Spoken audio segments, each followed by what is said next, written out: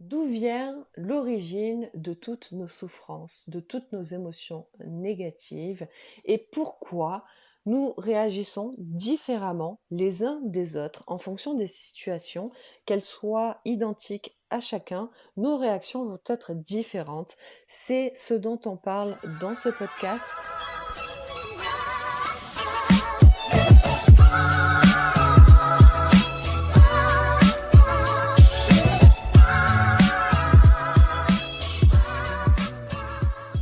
Bienvenue sur Cultive ta graine, le podcast qui réveille. Je suis Aurore Marchesi, éveilleuse de conscience, killeuse de normalité et fondatrice du Voyage SEM. Je te partage dans ces podcasts toutes mes vérités de l'instant ainsi que mes différentes prises de conscience afin que tu puisses toi aussi partir à la découverte de toi-même. Je te remercie pour ton écoute et je te souhaite un bon voyage.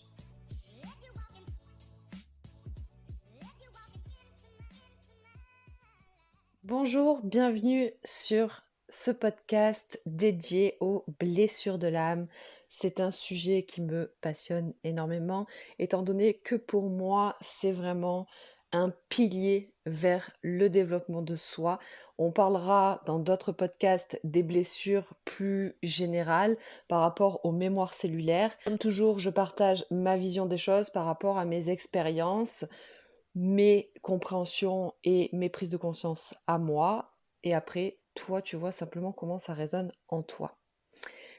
Pour moi, les blessures de l'âme, donc qui sont au nombre de 5, nous les avons tous par rapport à nos vies précédentes. Il y a également le transgénérationnel qui fait qu'on prend par rapport à l'ADN de notre lignée, de notre arbre généalogique, où quand on dit c'est de génération en génération, c'est dans les gènes, tout ce genre d'expression. Voilà, encore une fois, comme toute expression, ça ne vient pas de nulle part. Il y a une raison à cela.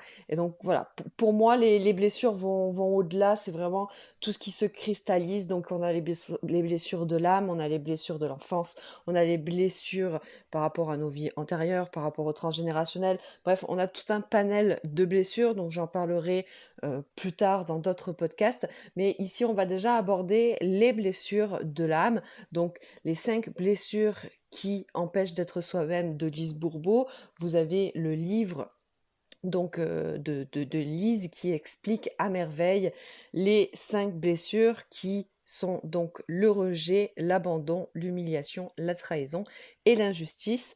Nous avons, d'après Lise, les 4 blessures en dehors de l'humiliation chez tout le monde plus ou moins, et l'humiliation qui n'est pas forcément chez tout le monde. Je dirais pour ma part que nous avons tous les 5 blessures et on a vraiment une blessure de base qu'on est venu travailler ici, mais on a aussi toutes les autres parce qu'il y a toutes ces mémoires autour de ça, toutes ces mémoires cellulaires qui font qu'on a les 5 et une personne qui est amenée à dire moi j'ai pas spécialement de blessures, etc. Bon, bah, potentiellement, c'est qu'elle est dans le rejet et elle fuit ses propres blessures. Donc je vous invite vraiment à lire le livre si vous ne l'avez pas lu. On parlera plus en détail donc de tout ça, mais c'est tellement libérateur. Ça permet de comprendre nos réactions, nos chagrins, nos peines, vraiment tout autour de nos émotions qui sont négatives, mais également aussi l'autre. Ça nous permet d'avoir une compassion envers l'autre, ça nous permet d'avoir une compréhension envers l'autre avec toutes ces connaissances par rapport à ces blessures-là. Alors bien évidemment, l'idée, c'est d'abord d'aller en soi et regarder ses propres blessures avant d'essayer d'examiner les blessures chez l'autre. Mais une fois qu'on a fait son travail, qu'on connaît ses blessures, qu'on les voit, qu'on voit quand est-ce qu'elle s'affirme, quand est-ce qu'elle est activée, à force d'observation et de connaissance de soi, forcément, on voit les schémas et on voit l'autre, comment il se comporte, et on arrive à voir aussi ses blessures.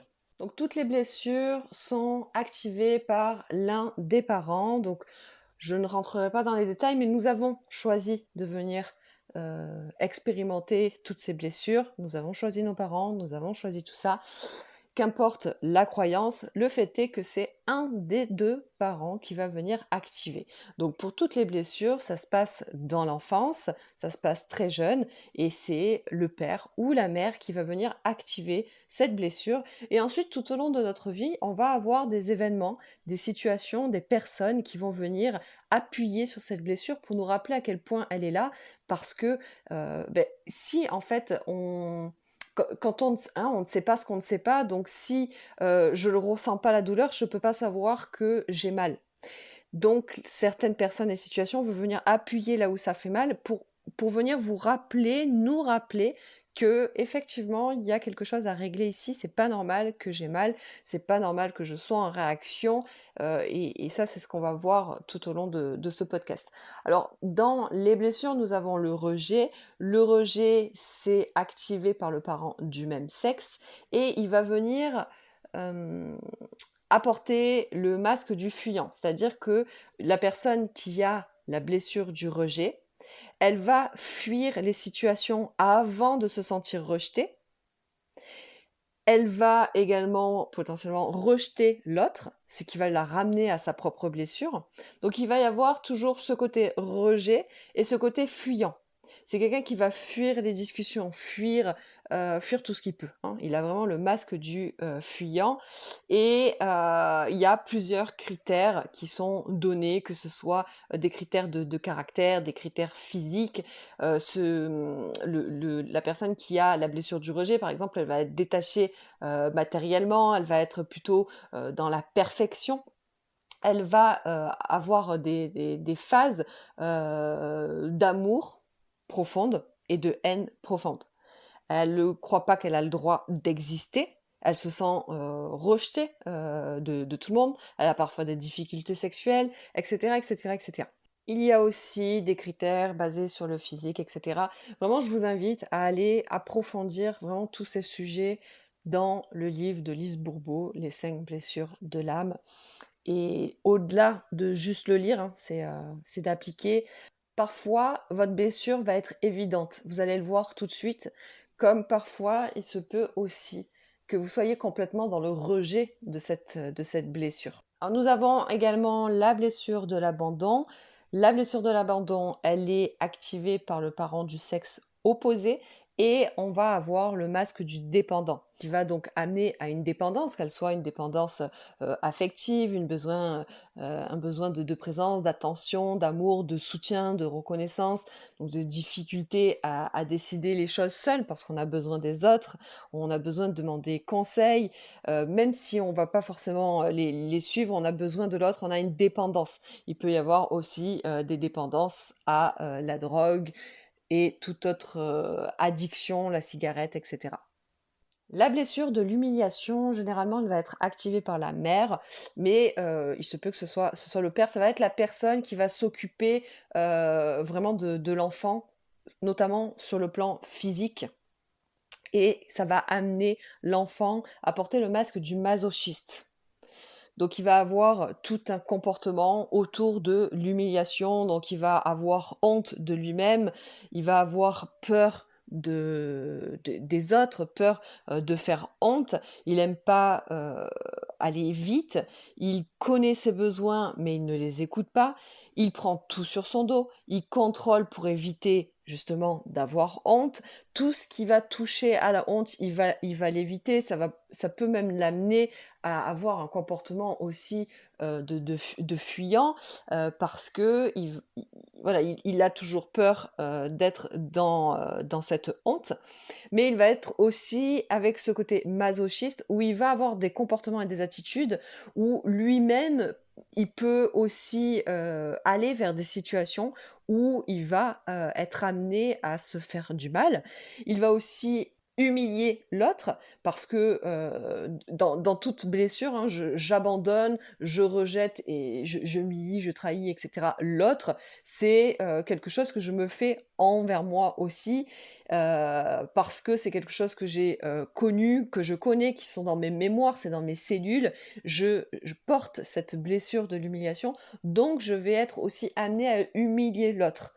Alors l'humiliation et toutes les blessures d'ailleurs, c'est vraiment, ça peut être très anodin. Donc on reviendra sur les différentes blessures par rapport aux différentes possibilités qu'il y a d'activer cette blessure. On a la blessure de la trahison. La blessure de la trahison, elle va amener à porter le masque du contrôlant. Généralement, c'est le parent du sexe opposé qui va venir activer cette blessure et donc l'enfant va croire qu'il est responsable, qu'il est fort. Il se croit en tout cas très responsable et fort. Il recherche à être spécial, à être important. Il ne tient pas ses engagements ni ses promesses ou il se force vraiment à les tenir. Il va être manipulateur, séducteur, etc., etc., etc. Les différentes blessures ont une définition générale, mais nous sommes tous uniques, ce qui signifie que la blessure va s'adapter bien évidemment par rapport à chacun. Et c'est aussi de se regarder avec amour, vulnérabilité et de se dire de baisser les armes. Et par exemple, quand on dit manipulateur, ça peut être quelque chose, déjà on est tous manipulateurs, hein, mais c'est pas forcément quelque chose de méchant. Et c'est ça la difficulté aussi, c'est d'admettre que on a tel ou tel comportement avec l'autre ou avec soi quand on met le doigt sur sa blessure. Et c'est pour ça aussi que parfois voilà, on décide de regarder ailleurs et on ne veut pas aller voir sa blessure. Et ensuite, on a la blessure de l'injustice. Donc la blessure de l'injustice, généralement, elle est activée par le parent du même sexe et elle va amener à porter le masque du rigide. Donc un perfectionniste qui se coupe de son senti, se croise souvent les bras, il va être performant pour être parfait, il est trop optimiste, il est vivant, il est dynamique, il se justifie beaucoup, il a des difficultés à demander de l'aide, il peut rire pour rien pour cacher sa sensibilité, etc., etc., etc. Donc nous avons ces 5 blessures. Ces 5 blessures, comme je le disais, vont être activées par l'un des deux parents quand on est enfant, en moyenne de la naissance à 2 ans selon les blessures. Ces blessures-là sont activées parfois complètement anodinement. C'est-à-dire que, par exemple, votre enfant ou vous-même, hein, on vous a pris et on vous a, à 1 an, mené chez papy et mamie pour passer le week-end, pour que les parents puissent se détendre. Eh bien, l'enfant a pleuré, vous avez pleuré, tout ce que vous avez pu, vous avez pris ça comme un abandon. Enfant, la mémoire qui s'est cristallisée dans votre ADN, c'est j'ai été abandonné. Alors que il faut pas du tout. Mais voilà, c'est ce qui est venu réactiver cette blessure de l'âme qui, avant même de s'incarner, hein, porte cette blessure, qui est venue l'expérimenter. Donc pour moi, on a une blessure vraiment conséquente, et après on a un peu du reste. En fait, on a à plusieurs degrés les blessures.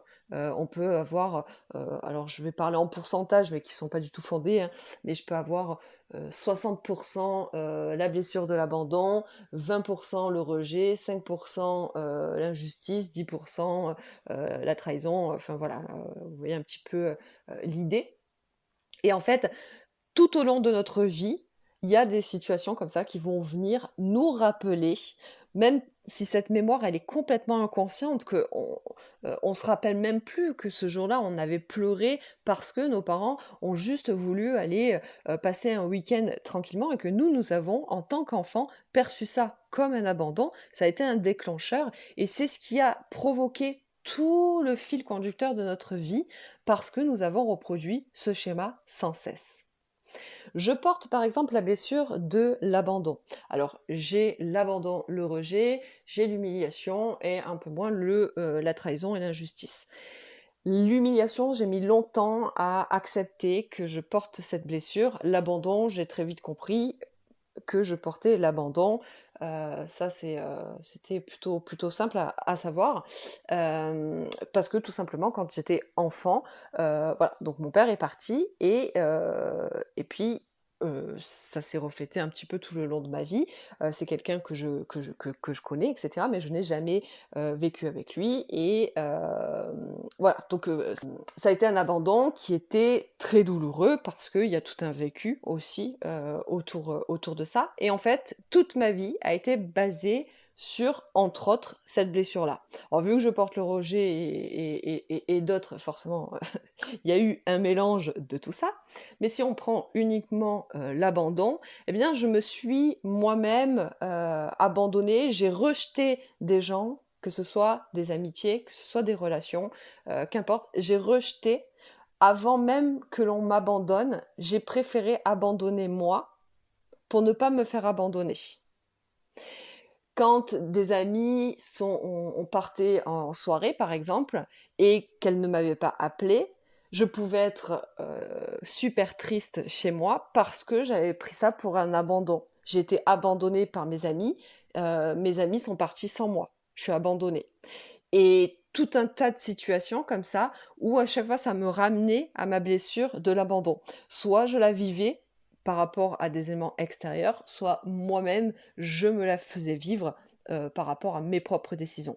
Dans tous les cas, ce n'est jamais la faute de l'autre parce que l'autre est toujours un indicateur pour nous pointer du doigt en fait la blessure parce que cette personne a eu telle action, tel comportement, telle parole, c'est venu nous piquer en nous, donc c'est venu appuyer sur cette blessure. Vu qu'elle n'est pas nettoyée, elle fait toujours mal. Hein. Une blessure, si on met juste un pansement dessus sans nettoyer, à chaque fois qu'on va se frotter à quelqu'un, à quelque chose, eh bien ça va nous faire mal parce que cette blessure, potentiellement, elle s'est infectée sous le pansement.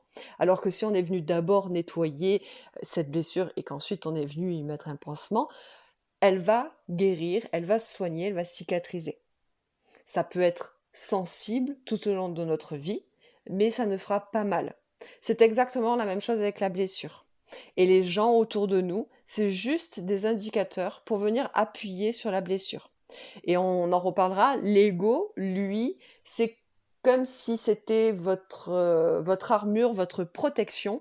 L'ego, il va vraiment, c'est quand on va avoir une réaction envers quelqu'un, qu'on va parler mal, ou voilà, qu'on va dire oui, tu m'as trahi, tu m'as déçu, voilà, que ce soit envers soi ou envers l'autre, tous les propos qu'on peut avoir, les sentiments, donc tous ces sentiments négatifs, etc. En fait, c'est l'ego qui réagit parce que t'es venu donc toucher la blessure, donc l'ego va réagir, ou alors à l'inverse, il va réagir avant même que tu viennes toucher cette blessure. Hein, il va amener des peurs parce que il sait très bien que si tu vas vers là-bas, tu vas te frotter à cette blessure, tu sais qu'on va avoir mal, on n'a pas envie d'avoir mal vu qu'on n'a pas nettoyé tout ça, donc viens, on n'y va pas.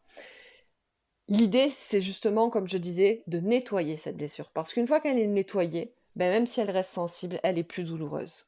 Et on passe sa vie à avoir des réactions en fonction de nos blessures. Tout est basé sur nos blessures. Alors, on le verra plus tard par rapport aux mémoires cellulaires, par rapport à l'enfance, par rapport au transgénérationnel, tout ça. Mais tout ce qu'on verra, c'est relié à ce point fondamental qui est les blessures. Et donc c'est vraiment un point crucial et fondamental que de venir nettoyer ces blessures. Quand on fait du développement personnel, quand on va voir des thérapeutes, que ce soit du bien-être, que ce soit holistique, qu'importe, quand on va voir des personnes pour se faire aider, quand on essaye de trouver une solution extérieure au problème, même si ça va venir sur le moment soigner, comme quand on a mal physiquement, hein, ça va venir soigner le symptôme, mais ça ne soigne pas la cause, ça va revenir sans cesse. J'ai vécu une relation très difficile, et puis ça va mieux, j'ai réussi à passer le deuil, j'ai fait le deuil, j'ai accepté. Et puis je reproduis le même schéma, je retombe dans une relation malsaine où ça se passe mal. Et toute ma vie, finalement, j'enchaîne avec des mauvaises relations. Ben, c'est pareil, je me suis soignée de cette première relation, mais finalement, je retombe dedans. Et donc, de venir nettoyer ces blessures, de venir voir là où ça fait mal, où oui, ça fait mal, mais c'est pour mieux s'en libérer, pour que après on puisse ne plus avoir mal. Parce que personnellement, le fait d'avoir nettoyé mes blessures, bien évidemment que ça m'a fait mal parce que je suis allée voir des endroits et des parts de moi dont je n'avais pas forcément envie d'aller voir parce que je savais que ça allait faire mal. Parce que j'ai dû accepter certaines choses, parce que j'ai dû pardonner à l'autre comme à moi, toutes ces choses-là. Mais qu'est-ce que c'est que X mois de douleur parce que effectivement, je suis là, je m'observe, je m'analyse, je suis en train de voir quand est-ce que j'ai une blessure, etc.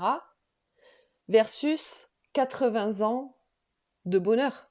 Si aujourd'hui j'en ai 20, 30, 40, pendant 40 ans, j'ai été sur les nerfs. Je suis quelqu'un d'impulsif, je vais réagir, j'ai des peurs, je me suis jamais aimée, j'ai eu toujours des relations mauvaises, et etc. Ben, qu'est-ce que c'est là aujourd'hui, pendant X mois, que d'aller voir en soi pour avoir les 40 prochaines années de bonheur et de paix en fait. Donc c'est vraiment ça l'idée, c'est d'arrêter d'avoir mal. Et comme je le dis, ça ne veut pas dire ne plus avoir mal. Enfin oui, c'est ne plus avoir mal, mais c'est pas ne plus rien ressentir. Je peux être sensible, mais je n'ai plus mal. Ce qui nous amène également à avoir aussi beaucoup plus de compréhension et de compassion envers l'autre. Parce que quand je comprends que cette personne, elle a une réaction complètement excessive par rapport à moi, ou aujourd'hui, si on est ensemble côte à côte, et il y a une personne qui nous dit un ami, on est trois amis, hein, d'accord? Donc toi et moi, on est amis, et puis on a Julie, qui est une amie à nous aussi, et elle arrive et elle te dit que tu es complètement mal habillée, enfin qu'on est toutes les deux, qu'on est tous les deux complètement mal habillés et qu'on ressemble à des clowns, et elle se moque complètement de nous. Eh bien, peut-être que toi, par exemple, tu n'auras aucune réaction, que va te glisser dessus, et par exemple, moi, je vais lui envoyer une réflexion moi aussi, je vais me vexer, je vais mal le prendre. Pourquoi? Parce qu'en fait, moi, je vais porter l'humiliation et pas toi. Donc moi, ça me fait de la peine, ou moi, ça vient me toucher, alors que toi, non, parce que toi, tu ne portes pas la blessure de l'humiliation comme moi, je la porte. Ce qui fait que moi, je vais être affectée et pas toi. Et vice-versa. Ou ça peut être toi et moi, voilà, je n'ai aucune réaction. Et toi, tu vas partir au quart de tour, tu vas te vexer, voilà, la fin de la journée, elle est foutue, tu vas faire la gueule, etc. Ou tu vas avoir une certaine rancœur et où tu vas te sentir mal dans ta peau parce que tout l'après-midi, tu auras l'impression que tout le monde te regarde, parce que, en fait, c'est parce que tu as cette blessure que l'autre n'a pas. Et donc, ça vraiment, ça nous permet d'observer l'autre. Alors, l'idée, c'est de se comprendre soi. C'est d'aller voir en soi. Parce que balayer chez le voisin, c'est bien, mais on s'en fout. Parce que le voisin, c'est le voisin.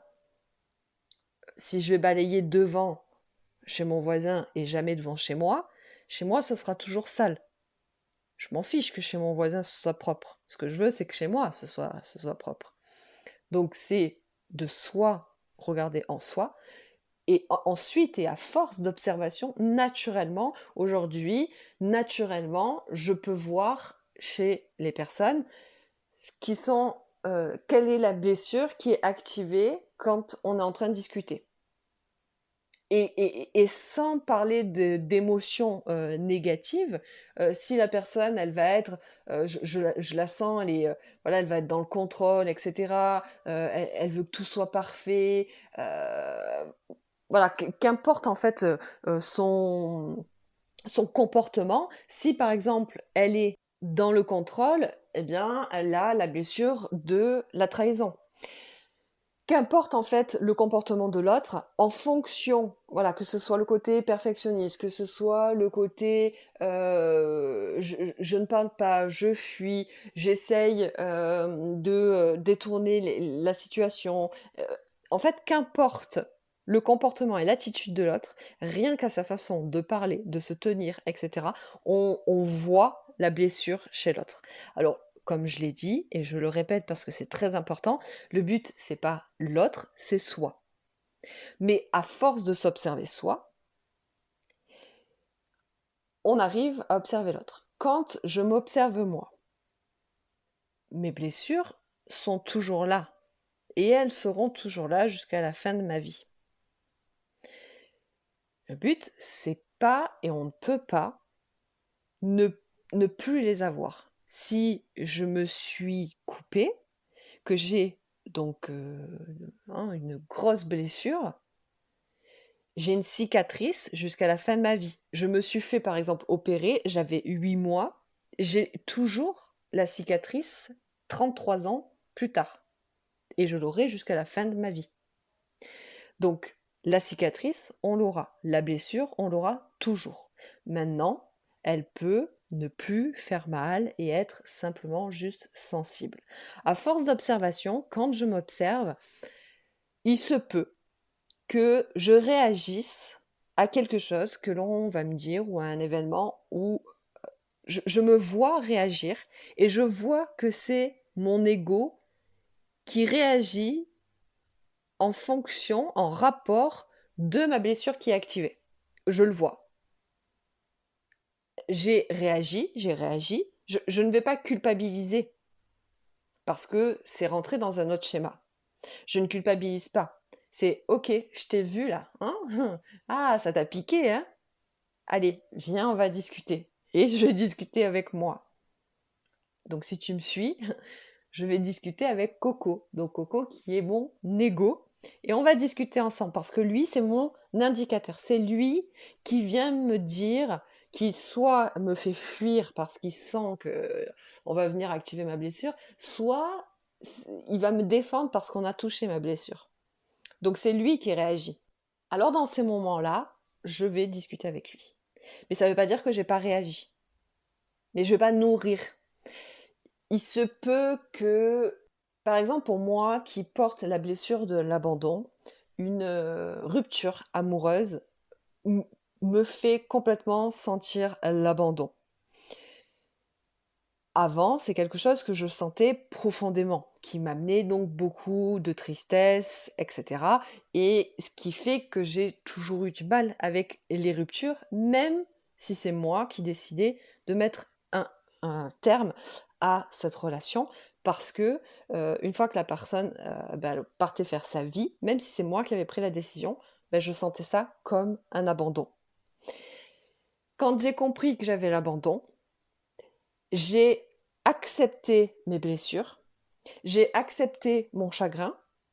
Si je devais pleurer, je pleurais. C'est ok de pleurer, hein.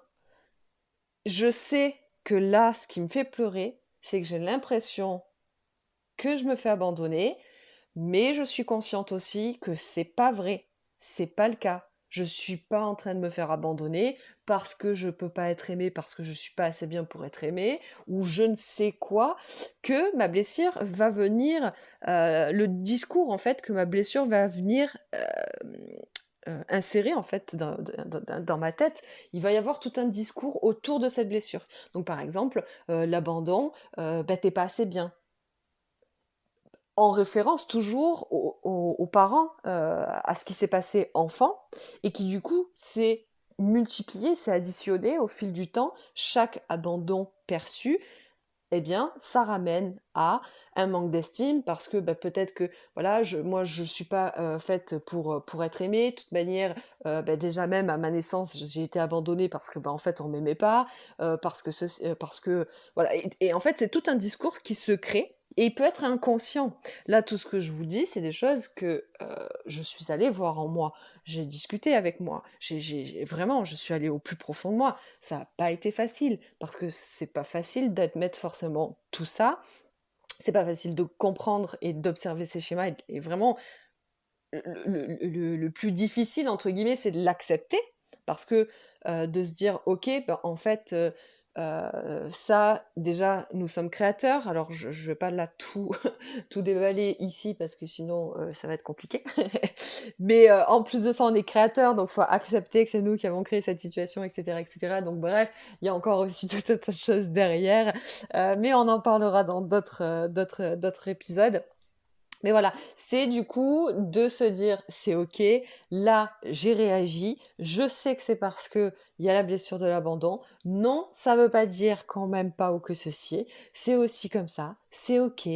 Euh, dans la vie, rien n'arrive au hasard et tout est parfait. C'est après un discours interne qui se, on switch hein, ce discours. Avant, je pouvais avoir un certain discours qui donc nourrissait mes émotions négatives et qui faisait que je me sentais pas bien.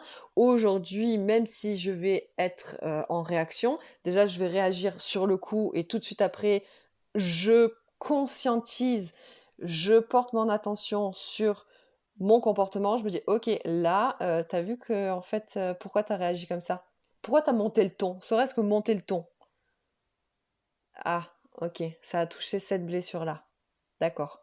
Tu sais que c'est ok. Et donc voilà, c'est tout un discours qui se crée avec soi et qui permet aussi de se dire, donc, c'est ok, la personne, c'était pas contre moi. Elle n'a pas fait ça contre moi. Parce qu'elle aussi, peut-être qu'elle a ses blessures. Donc peut-être qu'elle aussi, elle s'est sentie devoir contrôler parce que peut-être que voilà, elle est dans la trahison, donc du coup elle veut amener le contrôle. Ou peut-être qu'elle est dans l'humiliation, donc elle est dans le côté masochiste. Donc aussi peut-être que elle essaie de m'humilier parce qu'en fait c'est sa blessure.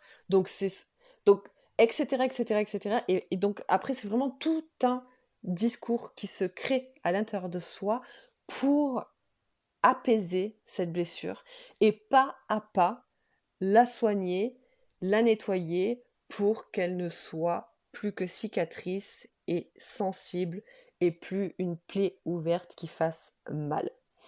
Donc voilà, par rapport aux blessures, on y reviendra parce que c'est un sujet, c'est un pilier, j'ai envie de dire, de l'évolution de soi. Personnellement, comme je vous l'ai dit, par rapport à tout ce que j'ai pu expérimenter dans toutes les sphères, que ce soit toutes les formations dans le développement personnel, l'entrepreneuriat pour réussir professionnellement, etc., dans le spirituel, etc., etc., etc., tout ce que j'ai pu faire m'a simplement amené à un état de bien-être sur l'instant T, mais qui me ramenait toujours à un moment donné dans des réactions, dans des schémas, parce que en fait, tout vient de la blessure. En tout cas, c'est comme ça que moi je le vois par mon expérience et personnelle de moi, ma propre expérience, mais aussi par rapport à tout ce que j'ai pu voir autour, les personnes qui par exemple sont dans la spiritualité et qui n'arrêtent pas entre les soins énergétiques, l'hypnose, le machin, le ci, le ça. Si tu conscientises pas là où ça fait mal, tu peux faire des soins énergétiques toute ta vie, que ça ne changera pas sur le long terme. Oui, il va falloir en faire régulièrement et très souvent, et etc. Ce n'est que mon humble avis, bien évidemment. Donc, comme je le dis, on reviendra là-dessus parce que c'est un fondamental pour moi. Justement, tous les outils aussi que je crée sont en fonction de cela. Ça vous permettra eh bien, d'avancer aussi dans les déblocages de vos blessures. Donc que ce soit dans les blessures de l'âme, mais également hein, au niveau des cellules, des mémoires cellulaires. Donc tout ça, on travaillera ça pour ceux qui souhaitent aller plus loin, bien sûr. Si ce podcast a résonné en toi, ce que j'espère, et j'espère qu'il t'aidera vraiment à avancer, n'hésite surtout pas, je te le conseille même, de lire le livre de Lise Bourbeau, qui a fait naître ces blessures, qui a mis un nom et des mots dessus. Donc vraiment, voilà, je t'invite à aller voir. Et si ça a résonné en toi, de partager ce podcast parce que c'est un point super important que tout le monde devrait connaître et nettoyer parce qu'il y aurait une harmonie de soi et de l'autre qui serait juste grandiose et énorme. Voilà, si tu n'es pas abonné, tu peux également t'abonner, que ce soit Spotify, Deezer, sur YouTube également. Tu as sur Ocha la newsletter où je t'envoie un petit coucou à chaque nouveau podcast pour te dire qu'il est là. Voilà, donc si tu n'es pas abonné, eh bien tu peux également le faire si le cœur t'en dit. Je t'embrasse et je te dis à bientôt dans un prochain podcast. Bye bye.